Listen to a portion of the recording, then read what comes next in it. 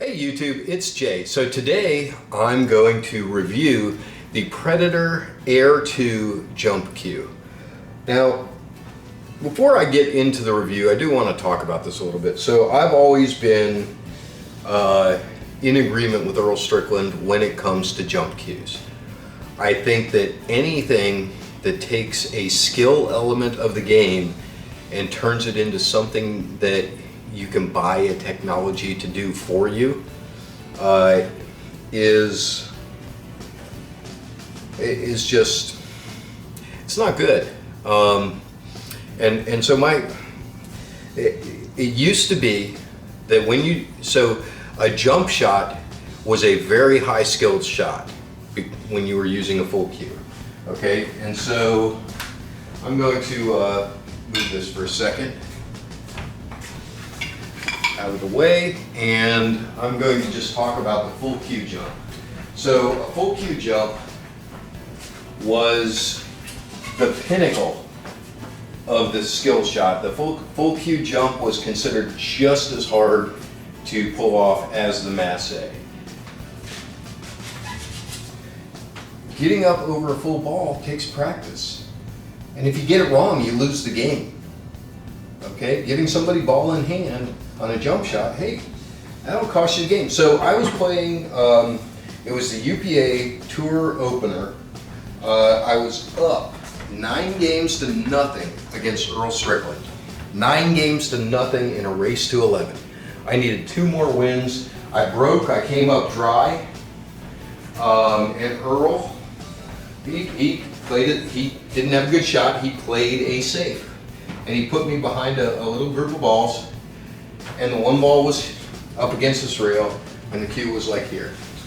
Now normally, I could jump that and make that hit. I could get that hit. I didn't have to go over a full ball, I was going over 2 edges, and I could normally get that hit.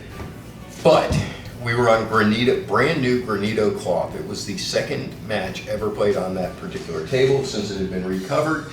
The cloth was extremely slick, and there just wasn't any friction. And I didn't think about that when I got up to jump this shot. And so what ended up happening is, instead of hitting into the table and having the cue ball bounce up and over like it's supposed to, the cue hit into the table and the cue ball slid forward and then just came up a little. It hit the top of the 2 balls and flew off the table. And Earl said, well, at least you used the full jump of your full cue to do it. Well, okay, I get that. And then he proceeded to go on and beat me 11-9. That was the turnaround. So missing a jump shot, I mean, that can be a really big deal. It can be a loss of a game or even the match. So it's really an important shot. And back before jump cues, typically not jump over a full ball, you would jump over the edges of them. And so, let's just pull those in a little bit. So you'd have a shot like this maybe, and you needed to make that 4. You jump because it was over the edges, and you'd make the 4. And so it was a skill set. It was something that you learned, that you practiced. So being able to jump meant that you could jump over a part of the ball, but if you had something like that where you had a whole ball to get over, you just go ahead and masse for it. Try to go around the ball, because jumping over a full ball was extremely dangerous, and quite often did not work. So then somebody had the bright idea that, hey, you could get over a full ball if you shaft jumped. And what that was is you would take the shaft off of your playing cue and you would line up with a dart grip and you jump with it. Okay, well, as you can see, shaft is really, really light. It's very hard to get the air. It takes a lot of practice to be able to do shaft jumping, which I have not put in.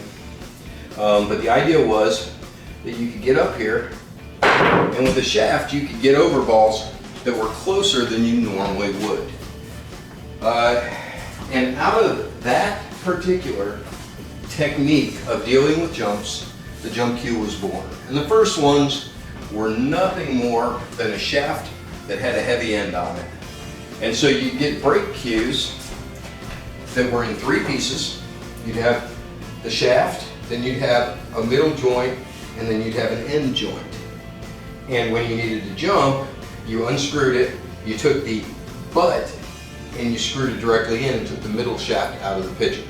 And today's brake jump cues kind of work that way still. Although now they've kind of engineered it so you don't need the butt, you can just take the butt off and it works.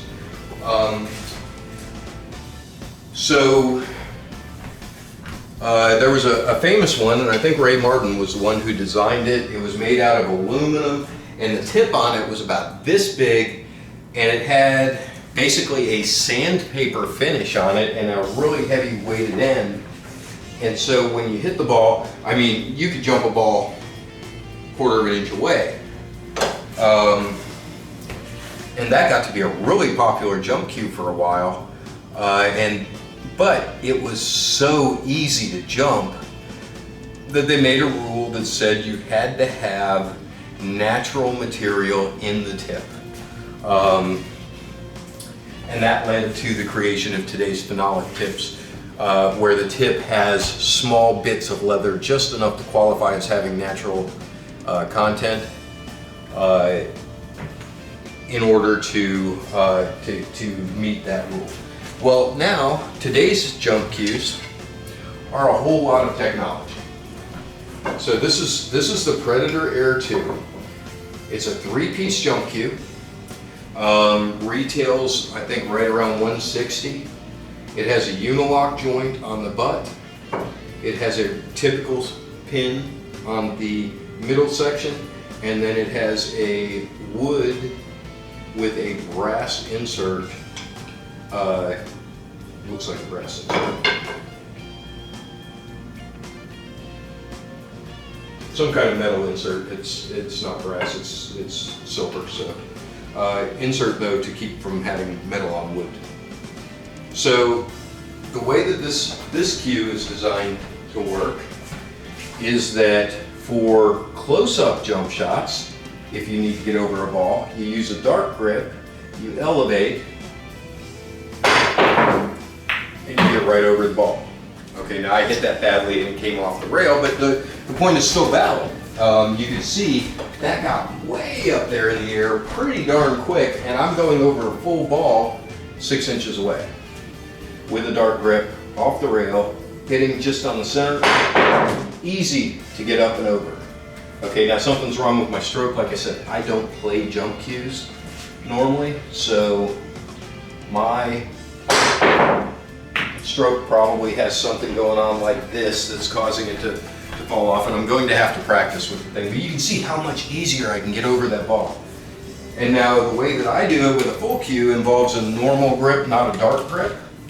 So same shot, but now we're going to use the third piece so that I get a little bit more extension. I'm going to get up, I'm going to use a normal stroke, and you can see how easy that was. Now that is exactly why I'm against jump cues in competition. And a lot of players actually are. But the fact is that if other players have this in their bag and they're allowed to use it, I'm silly if I don't put one in my bag.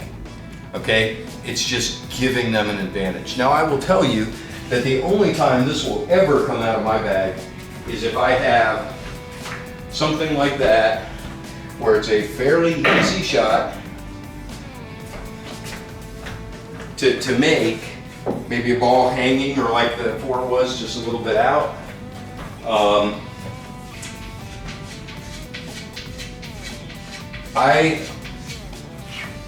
So I would have to be like blocked. I would have to have something like, maybe like this in my way. I'd have to have something over here where I couldn't get a good bank. I'd have to have, you know, a couple balls up here blocking my likely approach to that ball from the side.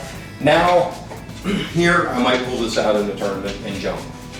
But I really don't like that we're allowing technology to solve a skill problem. I really don't like it. I think I actually hit this on the way out. Try that again. I don't like that this is a technology solution to a skill problem. At that point, you know, what's to stop us from having an apparatus that we can set on there where it lines the shot up for us, uses lasers to aim the ball to tell you where to hit, and has an arm that you can set the amount of force to in order to do this job. I mean, where do you draw the line on technology? Well, I draw it anywhere that a piece of equipment is able to artificially raise the skill level of the shooter. Okay? Sure, there's still questions about when to use one. You still have to have decent technique to use it. But anyhow, I've kind of gotten off on a rant, so let's talk about the Predator Air 2. So first of all, I really like the way it looks. I like the, you know, these are the classic Predator points. They're not really points, but it's a Predator label on it. It's also got it on the end of the butt.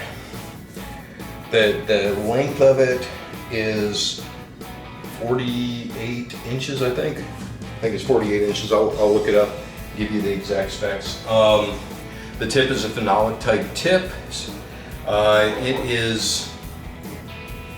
It's hitting really consistently. I mean, it's going where I'm aiming it. So I can't argue with whether it's doing a good job or not. Now I did, while I was at the place I was at Ozone Billiards, and I did try, there's a newer type of jump cue that's out that's a lot thinner. It's a 9mm shaft. It can only be used with dart grip because it's so thin and light. I didn't like it. I know that people swear by them. They say you can jump a ball from a 1/4 inch away. Again, technology solving the problem. And I'm not a fan of technology being the means that I use to solve a skill problem. So, but as far as this, you can see it jumps just fine. I'm not having any problems with aiming.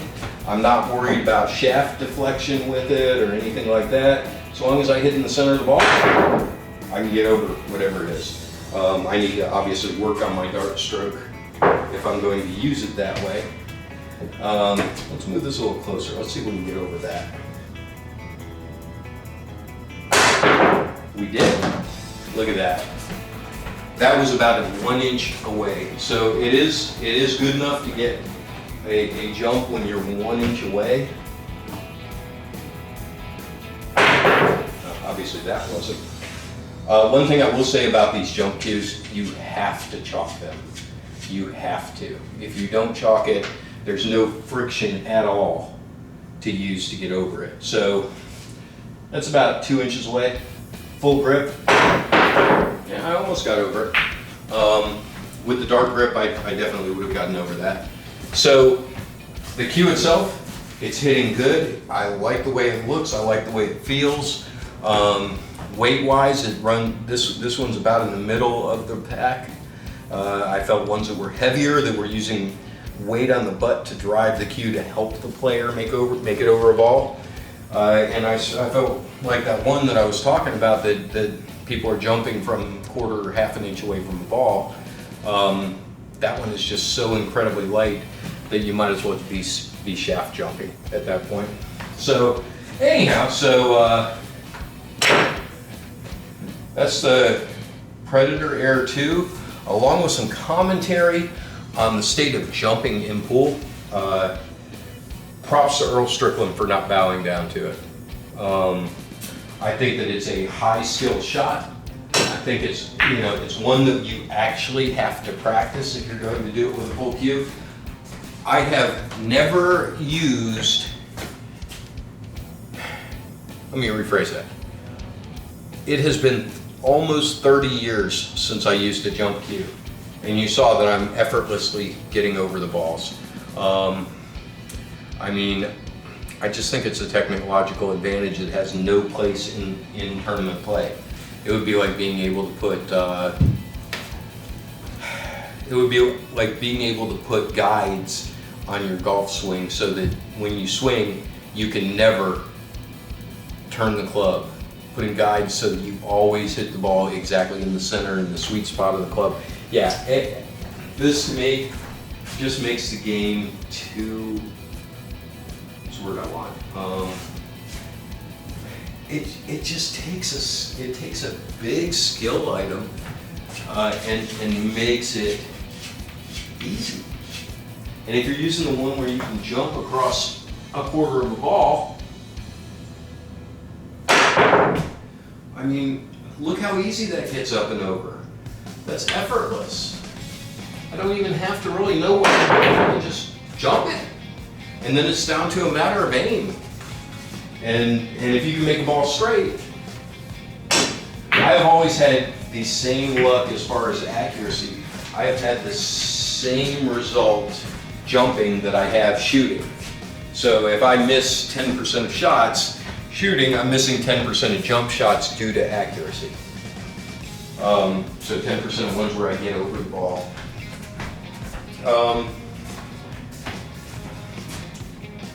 Anyhow, Predator Air 2 for a jump cue, I'd recommend it if you're going to have a jump cue, and I think that in today's world, given that everybody else is going to have them, you need to have one too. You can't, there's no reason to handicap yourself in the game by not having a jump cue. Personally, I'm going to say I greatly prefer not having a jump cue. I greatly prefer having to actually know how to jump the ball with full cue. But that said, it is what it is. You can't give the other guys an advantage, and having a jump cue is an advantage. And for me, the Predator Air 2 does the job, and so, I mean, it's very hard for me to fairly say what I would give this out of 5 stars because I'm so biased against the principle. Just on the merits of how it plays, how it feels, I'm gonna give it about a 4.5 out of 5 stars. I can't give it 5 stars just on principle. I can't find anything technically wrong with the cue. The price point's good. You know, the tip's doing what it's supposed to. I'm not seeing wear spots in the tip from where I just did all those jumps. It's convenient. It's flexible enough that you could use it for any jump shot. Now, if you're going to do a break jump, then so break and jump cues tend to find a home with value buyers, people who are buying less expensive cues. And that is because a break jump cue is it's one cue for 2 purposes. It's almost like the old 5-piece cue that had weights that you could put in between that you would buy at a place like a Walmart or a Target for 10 bucks. It was a cheap cue, you could use it. In fact, I had one for a long time. Before I got serious about pool. And can you shoot with it? Yes. Can you do a lot of stuff with it if you have the tip shaped? Absolutely. But is it going to hold up with the consistency that you need in tournament play? Hell no. You need to invest in your equipment if you're going to be serious. You don't have to invest in pretty stuff.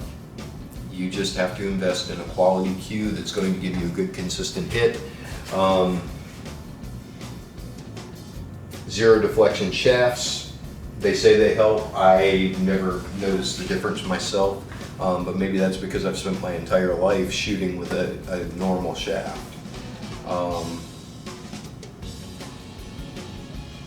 If you're going to do a break cue and a jump cue, do 2 separate cues. It'll make a difference. And especially as you move into higher level play, you'll find out that some tournaments will not allow you to jump to use your break cue after the break. You can only break with the break cue, and then you have to set it down and use the other cue. Some of those tournaments will not allow you to pick your break cue back up, but they will allow you to use a jump cue. So if they're the same cue, you can't use it, but if they're two separate cues, you can. In any case, for a jump cue, I find that the Predator Air 2 is perfectly adequate. It's at a decent price point. I think they retail for $159. I will point you to a link to it. And with that, if you like what you see, hit like, hit subscribe, hit the notification bell, and we'll see you next time.